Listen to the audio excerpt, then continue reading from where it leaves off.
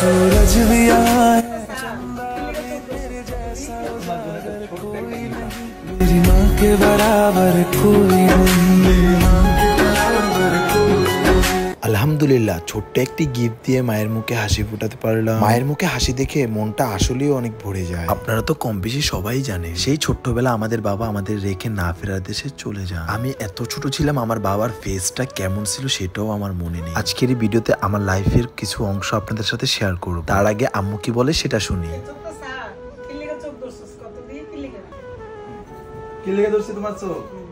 আমি তো মানে তোমার অনেক কষ্ট বড় করছো, তেমন কিছু তোমার দিতে পারি নাই, মানে সামর্থ্য ছিল না তাই দিতে পারি নাই। তো আজকে সামর্থ্য হয়েছে তাই তোমার জন্য একটা ছোট্ট একটা গিফট আনছি। অনেক খুশি হইছি না ওদের সন্তানরা তো আমি অনেক খুশি। কেন? গায়ে সত্য কথা কি মানে ছোট থেকে মানে একদম ছোট থেকে আমি বুঝতাম না মা মারা গেছে, অনেক কষ্ট করছে আম্মু, যেটা মানে বলতে পারবো না, সত্যি বলতে পারবো না, আমার অনেক খারাপ।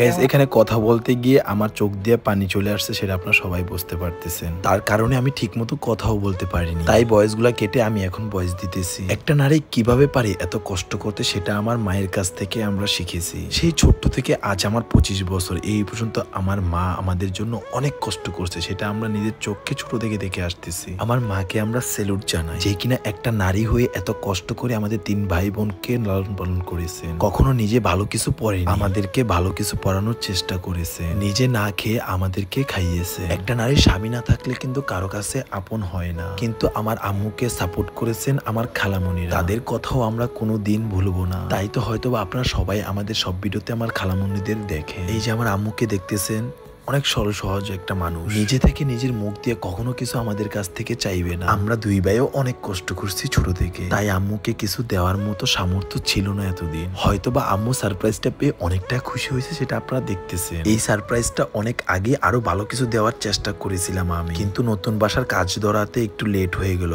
আর তেমন ভালো কিছু দিতে পারেনি। ইনশাআল্লাহ সামনে আরো ভালো কিছু দেওয়ার চেষ্টা করব। আমার মা আমার কাছে যান না, হয়তোবা অনেকে মনে করতেছেন ভিডিও দেখে এমনটা বলতেছি, কিন্তু না, আসলে আমার মাকে আমি অনেক ভালোবাসি, কিন্তু আমি আমার ভালোবাসার মানুষদেরকে আমি তাকে কতটা ভালোবাসি সেটা আমি বুঝতে দেই না। আচ্ছা, যেই মানুষটা কিনা আমাদের 25 বছর ধরে এতটা কষ্ট করছে তাকে কিভাবে না ভালোবেসে থাকি বলেন? তিনি চাইলে পারতো ছোটবেলা আমাদের 3 ভাই বোনকে রেখে চলে যেতে, যেটা কিনা সচরাচর সব জায়গায় হইতেছে, আপনারা হয়তোবা দেখতেছেন, কিন্তু আমার মা সেই কাজটি করেনি। আমাদের 3 ভাই বোনকে লালন পালন করেছেন অনেক কষ্ট করে। ওনার এই ঋণ আমরা কোনোদিন শোধ করতে পারবো না। আল্লাহ আমাকে যতদিন আমার শরীরের এক বিন্দু রক্ত রেখেছেন ততদিন আমি আমার আম্মুকে আর কোনো কষ্ট পেতে দেব না। ইনশাআল্লাহ সবাই আমার জন্য একটু দোয়া করবে, আমি যেন আমার মায়ের মুখে আমার ফ্যামিলির মুখে সবসময় হাসি খুশি রাখতে পারি। বিশ্বাস করেন গাইস, আমার চোখ দিয়ে অনেক পানি আসতেছে ভয়েস দিতে, কারণ আগের কথা মনে হলে অনেক কান্না আসে। আবারও বলতেছি সবাই আমাদের জন্য দোয়া করবেন, আমার মায়ের জন্য দোয়া করবেন। ভালো থাকবেন, সুস্থ থাকবেন, আল্লাহ হাফেজ।